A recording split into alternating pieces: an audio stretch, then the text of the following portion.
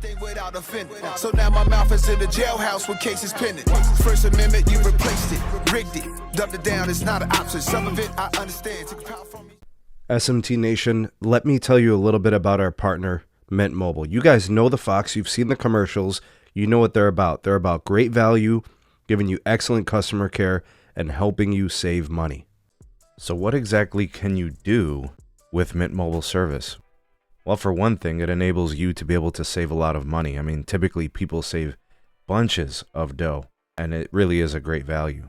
Switching is also really easy, especially when it comes to the SIM card process. You can have a physical SIM shipped very quickly to you to use in your device, or you can even activate via eSIM, which in my opinion is like the most convenient and easy thing in the world. Man, it is a fantastic way to get great network access. We're talking about the nation's largest 5G network. The whole switching process really only takes about 15 minutes. Plans available for pricing as low as $15 per month. And with those savings, you guys can do anything you want with that money. You could buy milkshakes, you could buy coffee, you could do whatever you want with it. I know a lot of people are really going to enjoy these savings and take advantage of these great offers. Make sure to use our partner link, https://trymintmobile.com/sneed. Use that URL, save those ducats, take advantage of these great deals, and really reap the benefits of this service. SMT Nation, what up, good people? We're doing some network testing today, and for this particular video, it's going to be T-Mobile. We're going to test the 5G and also the LTE. What I want to do is there's a site back here. We're like probably a quarter mile away from the Browns practice facility. I just want to test to see how the network is performing and how ready it is in case there's any type of, summer camps and practices that are going on. So the tower is probably like 3/4 of a mile away, but we are in like line of sight. So if this tree wasn't here, right, you would actually probably see it. Anyways, enough talk. Let's get to some testing. Again, what I want to do is go with the 5G, see how it does with respect to the performance.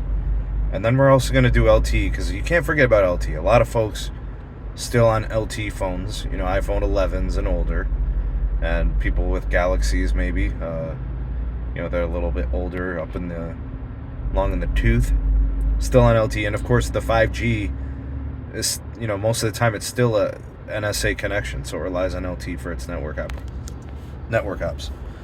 All right, so we got a 15 pings, let's see here, 2 jitter, 189 down, and 8.5 on the up. And for the loaded latencies, we got 770 and 574 for the downlink and uplink respectively. Let's see if we got any, whoops, I did not want to rate that. I don't know, whatever. Let's see here. Let's go to the detailed results and see if there's anything of note. I don't think there's anything crazy there. 5G, you see obviously upper right hand corner, 160 megahertz of the N41. It's not bad, but maybe there's some usage on the site, but I don't know, we'll see. I don't think the site has a 10 gig fiber optic circuit. That might be something that T-Mobile can do in the near future if they're getting a lot of T-Mobile home internet users and also just the mobile users. All right, but no packet loss. That's good. That's been a point of contention for T-Mobile in the past. Anyways, I think what we'll do is let's go ahead and actually do not a fast.com. Let's do an nperf, so we can test some of the metrics on there. So the web browsing, not just the speed test, it also does video and things like that. So we'll check it out. We'll see how it performs. We are connected to the SA, so that's good to know. Standalone network ops. So you're probably seeing like 2 or 3 carrier aggregation with the iPhone. So you're probably getting the 140, 160 megahertz of N41. You might be getting some N25 as well, and definitely getting some N71, which I think is now on 20 megahertz here. All right, let's fast forward for you guys.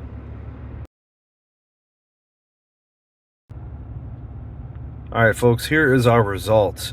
We got 444 on the down, and we got 4 on the up with a latency of 35. The browsing score came in at about 80%, and the streaming at 50%.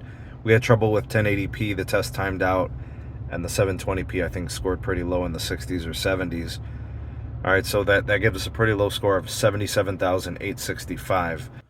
Now, something of note is you can now, with the iPhone and the iOS software, you can activate standalone or you could do NSA. You know what? That's probably a good idea. Let's do the NSA. Let's do the same testing we just did, and then we'll go back to the LTE. So we'll see if there's any difference. So it was 189, 8.5 up. Let's go ahead and test it on the NSA. Now the difference is this is not just the 5G channels, right? So you're gonna get yourself the additional LTE bandwidth along with it. So we'll see if that's any good. What in the world? Man, we lost a lot. We lost a lot of throughput.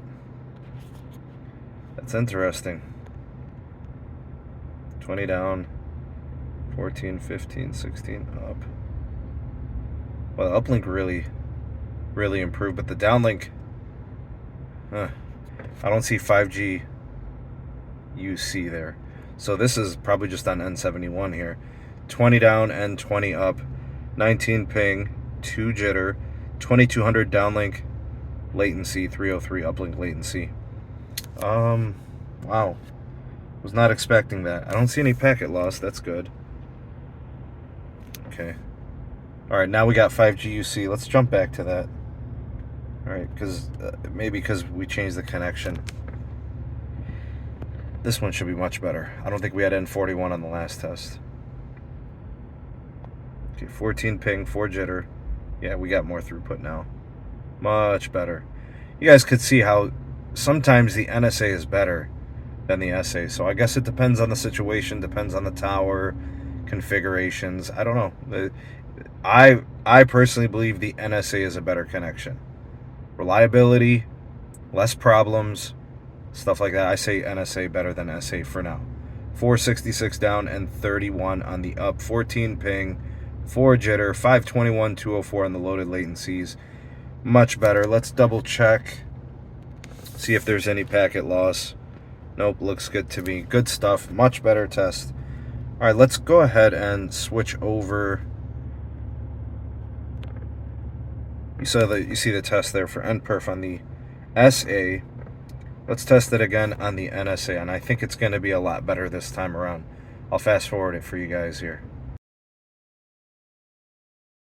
All right, so we got 551 down, 35 up, 40 on the ping, 83.7% browsing, and then 31.5% streaming. Not sure what's going on there. It wasn't actually better with respect to the streaming score compared to the SA. Not sure what happened, but 82,583 for the endpoint score. Not a good showing there. All right, so let's go ahead and let's move this into LTE. I mean, let's see if we can get a better performing network experience. I'm going to go ahead and start with a speed test, and then we'll go ahead and do the NPerf. Wow, that streaming test on that NSA was really bad. 30%. Not good. It's definitely not congestion. We have throughput. LT looks good. 19 ping. 2 jitter. And then we got like 149 on the downlink, and we've got uplink in the 50s. 54, 55 megabits per second up, and it failed. All right. Terrible. All right, let's jump to the NPerf. All right, let's see if LTE performs better. By the way, I don't know if you guys agree, but in my opinion, iOS and the iPhone, buggy piece of shit. Just my personal experience. I've had nothing but problems with Ookla, the YouTube app, YouTube TV, Gmail, Google Drive. What else? FaceTime audio calls aren't great. Neither is FaceTime in general. It's not that good. Oh my god, man. Not a big fan. Anyways, enough of me belly aching about the iPhone and iOS. Let's forward through this for you guys. Alright, and there's your LTE for you. 231 down, about 60 up. So I got a real nice uplink boost. We have 47 on the ping, or the latency. Browsing came in at 85%. Streaming a little bit lower at 50%. An endpoint score of 85,734. So that's the T-Mobile site that serves the Browns practice facility in Berea, Ohio. Tell me what you guys think of these results. Similar or different in your experiences. Whether you're using an iPhone 14 Pro Max like me, or you're using an Android, tell me about your experiences on the network. This is very characteristic of what I kind of experience on a day-to-day basis. Kind of feels experimental with all this 5G stuff, but what say you? Sound off in the comment section below. You are the voice of the people, the SMT Nation. Let your voice be heard.